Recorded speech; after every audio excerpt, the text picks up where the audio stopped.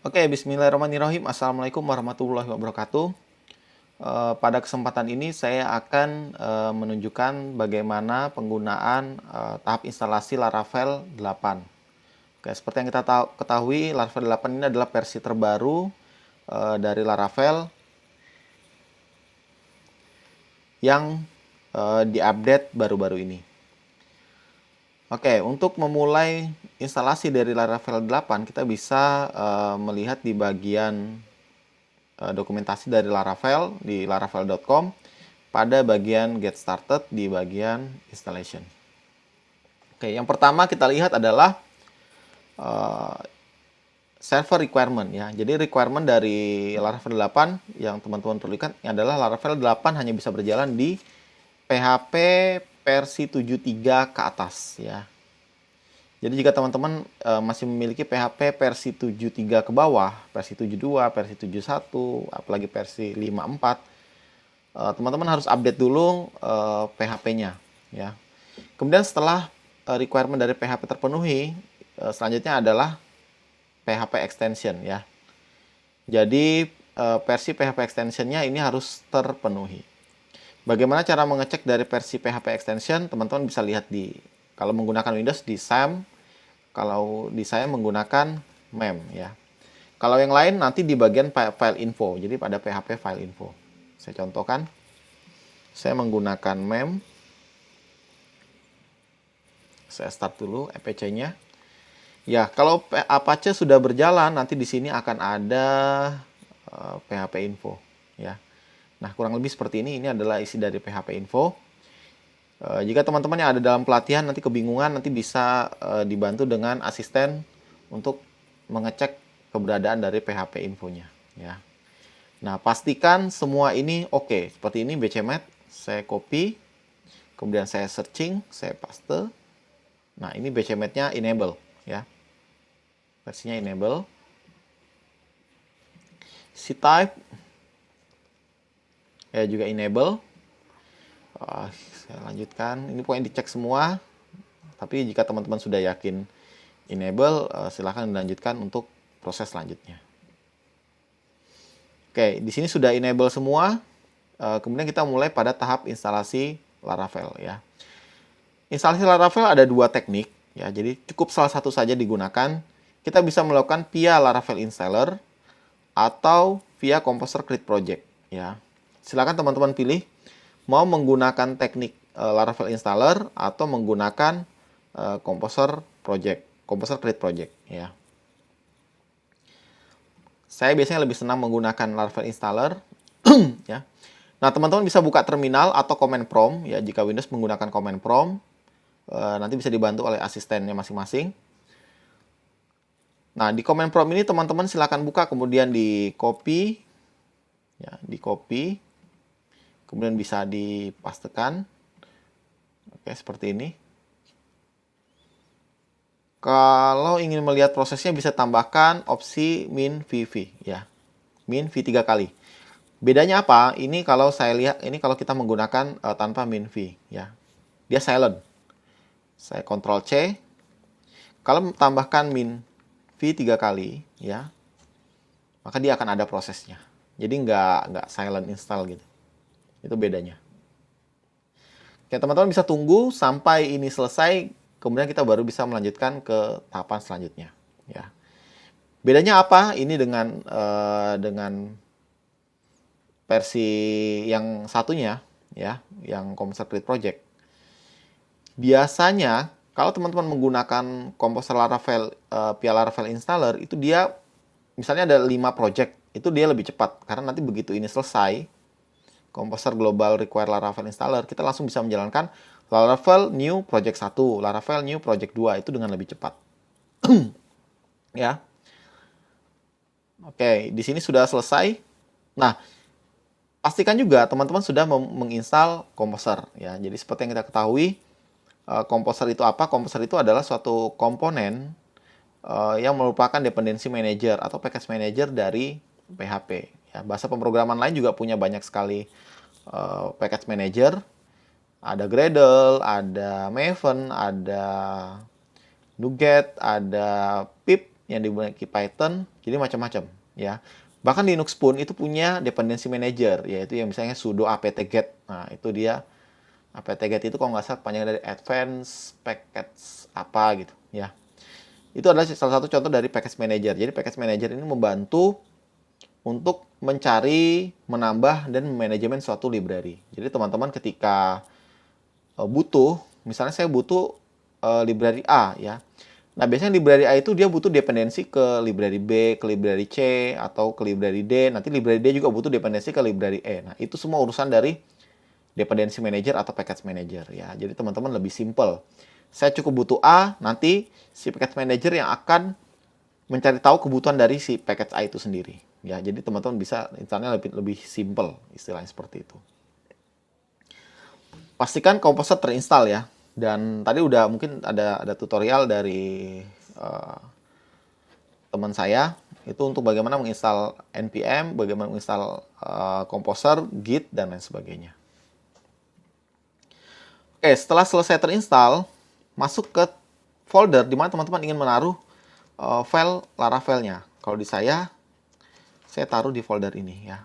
Teman-teman bisa masuk, kemudian ketikkan Laravel new ya. Saya ikut sesuai modul yaitu Laravel new pelatihan Laravel. Oke. Enter. Nah, di sini udah mulai. Oke, sudah ada. Saya coba hapus. Ya, kalau teman-teman nanti nggak usah ngikutin ini. Saya hapus dulu karena ternyata sudah ada foldernya. Saya mulai dari awal. Oke, saya ulang lagi Laravel new pelatihan Laravel ya. Jadi saya fresh install istilahnya. Oke, nanti dia akan mengupdate semua komposer dan komponen yang dibutuhkan. Oh ya, kalau misalnya teman-teman ada yang agak terlambat ya, itu biasanya tergantung dari koneksi internet juga, dan biasanya kalau baru pertama belum diinstal, belum pernah melakukan instalasi dari Laravel, biasanya memang agak lambat seperti itu. Jadi ditunggu saja.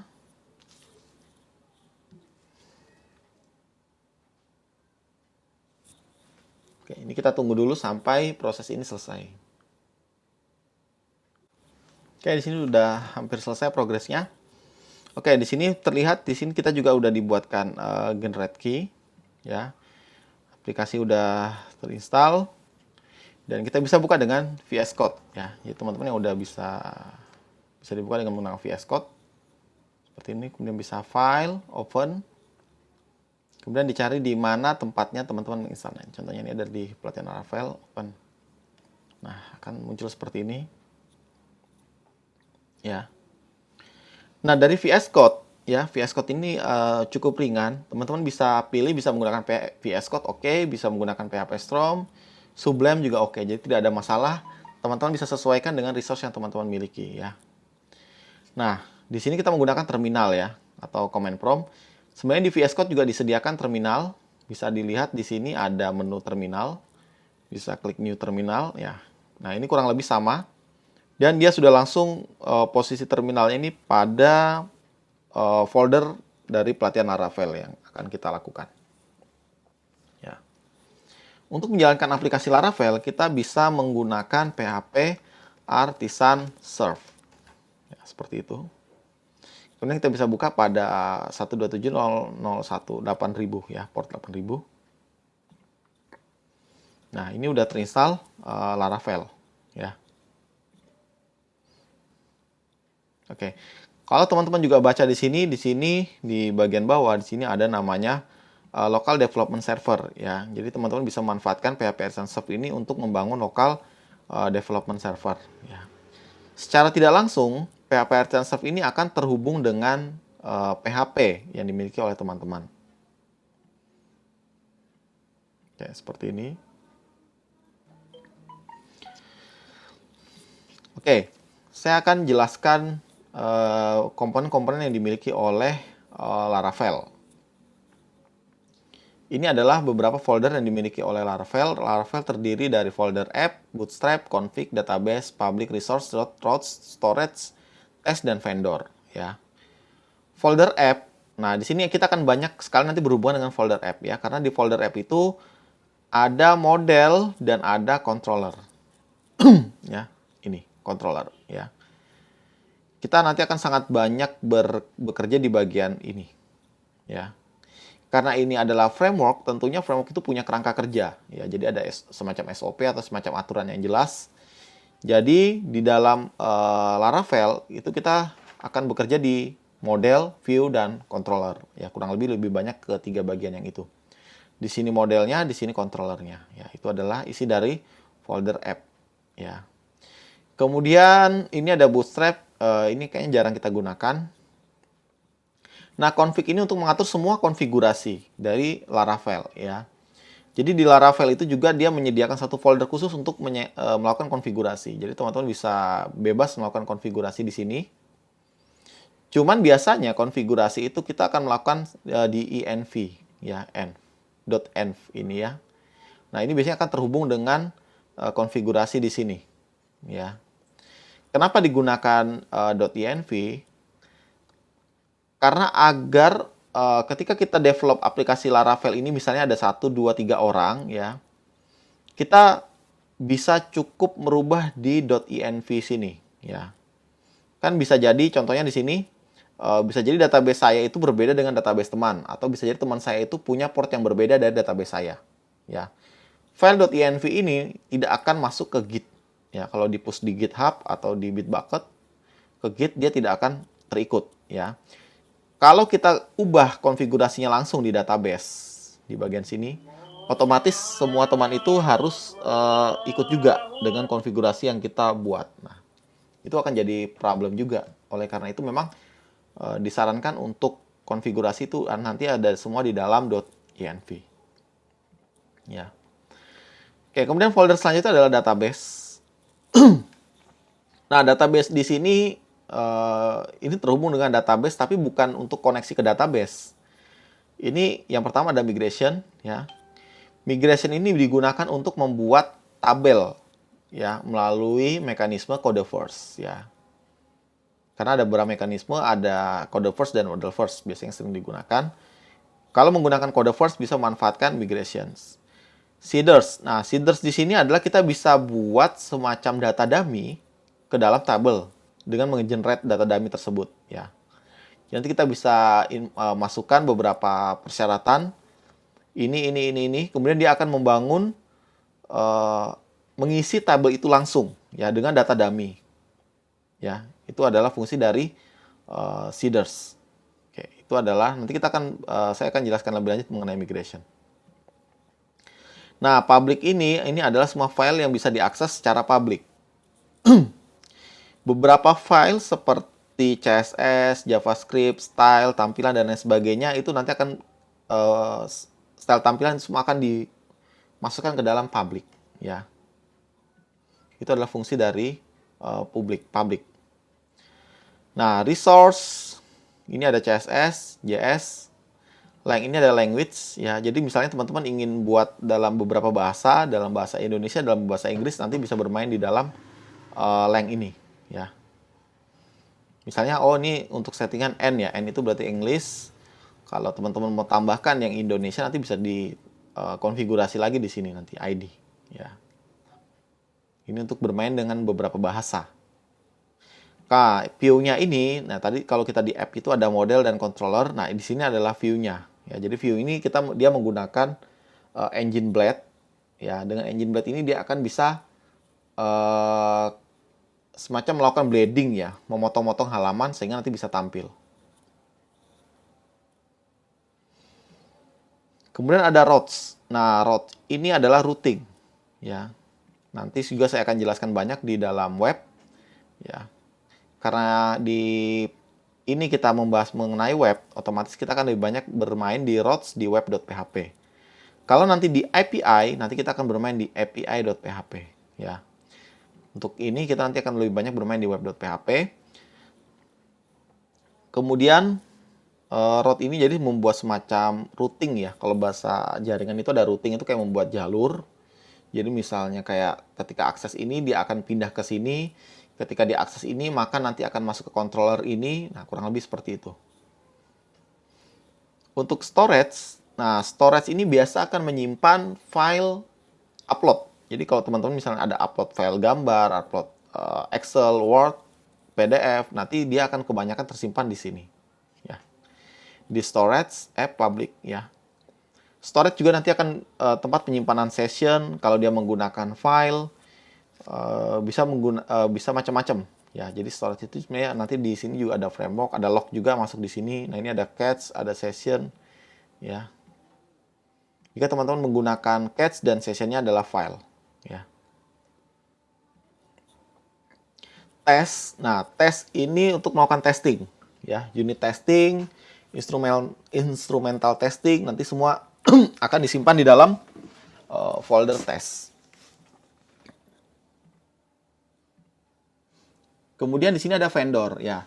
Nah, vendor ini sebenarnya isinya dari semua library yang teman-teman install, ya. Semuanya akan ada di sini. Nah, semua library yang ditarik oleh si dependency manager atau si composer itu semua akan disimpan di dalam folder vendor, ya.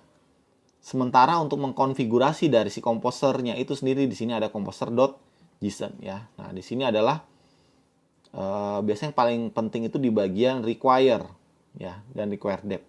Tapi biasanya lebih ke ini kalau teman-teman biasa gunakan. Nah, ini adalah library yang kita pakai. Jadi ada library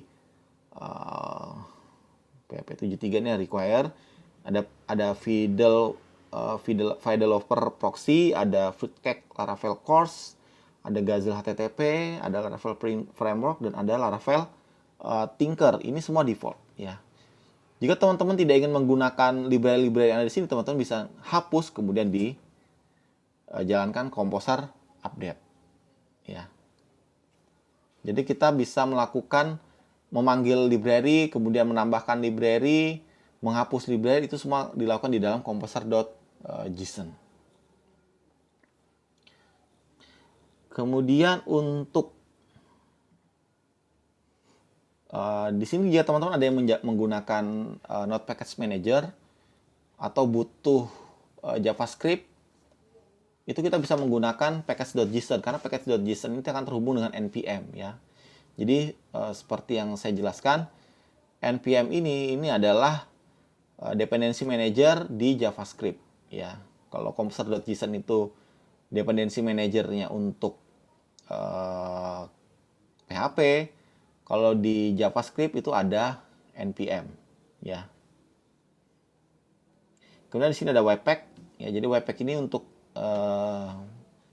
memixkan dari di sini, ini adalah contohnya ini resource.js.appjs itu nanti akan dimixkan, disimpan di dalam public.js, ya. Begitu juga dengan isi dari resource.css.app.css itu nanti akan dimixkan, disimpan di dalam public.css, ya. Nanti saya akan tunjukkan untuk bagian ini. Oke, kurang lebih mungkin itu yang bisa saya perkenalkan dari Laravel. Harap nanti saya akan lanjutkan di tutorial di video selanjutnya untuk mengetahui lebih lanjut mengenai migration dan route, ya. Mudah-mudahan teman-teman tidak ada kendala, dan kalau ada pertanyaan nanti bisa langsung disampaikan kepada saya secara langsung. Oke, mungkin saja. Terima kasih.